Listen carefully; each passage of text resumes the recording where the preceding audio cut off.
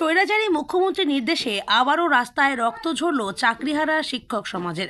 পুলিশের উর্দি পরে চালানো হলো নৃশংস হামলা। সাংবাদিক মহিলা প্রবীণ কেউই রক্ষা পেলেন না এই অমানবিক আচরণ থেকে। শুভেন্দু অধিকারী বলেন, এই মুখ্যমন্ত্রী শিক্ষকদের রাস্তায় ফেলে মার খাওয়াচ্ছেন, সাংবাদিকদের গলা টিপে ধরছেন। এর জবাব বাংলার মানুষ ভোটে দেবে। শিক্ষক সমাজের পাশে আমরা আছি, থাকব।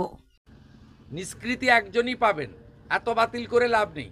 একজনকে বাতিল করুন 26-এ, সব সমস্যার সমাধান হবে।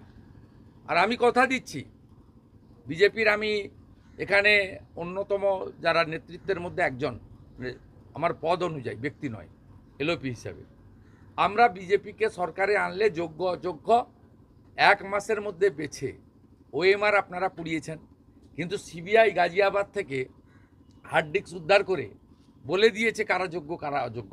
পেপারস তো আপনার কাছে আছে, কিন্তু আপনি যাদের টাকা নিয়ে দিয়েছেন এবং আপনার পার্টির যে ক্যাডাররা, এমএলএর ভাই, এমপির আত্মীয়, কাউন্সিলরের ছেলে, এদেরকে বাঁচানোর জন্য তো আপনি আজকে এই নাটকটা করছেন, এই ড্রামাটা করছেন। দাদা, কালকে রাত্রিবেলাতে বাইক বাহিনী গিয়ে উৎপাত করেছে এখানে, যে শিক্ষকরা করেছে, শিক্ষকরা তাড়াও করেছে। রাত্রি 2-2:30 পর্যন্ত আমি দেখেছি মহিলা শিক্ষিকারা তাড়া করেছে গুন্ডাদের। হ্যাটস অফ টু আন্দোলনকারী, তারা মাথা নত করেনি। তারা এই গুন্ডা বাহিনীদের কাছে লালচুল কানে দুল যারা হামলা করতে এসেছিল তাদেরকে নিউ টাউন থেকে ভাড়া করে আনা হয়েছিল, তাদের তাড়া করা হয়েছে। আর এই সব্যসাচীর কোনো কাজ ছিল না, মমতা পাঠিয়েছে।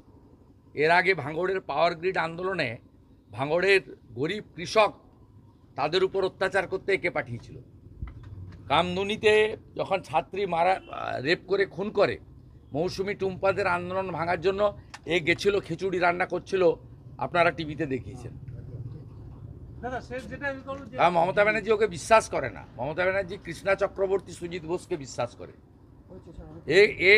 এ ঢুকতে চাইছে রাজারহাট গোপালপুরে অদিতি মুন্সি, রাজারহাট নিউ টাউনে তাপস চ্যাটার্জি, বিধাননগরের সুজিত বোস। ও দাঁড়াবে কোথায়? ওকে এইসব নোংরামি করে, গুন্ডামি করে নাম্বার বাড়াতে হবে, তাহলে যদি ঢোকা যায় চেষ্টা চরিত্র করে।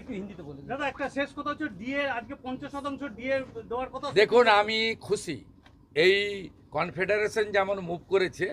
পরবর্তীকালে বিজেপির কর্মচারী পরিষদ এই আন্দোলনের, এই কোর্টের পার্টি, এবং তাদেরকে লয়ার আমি ব্যবস্থা করে দিয়েছি সুপ্রিম কোর্টে।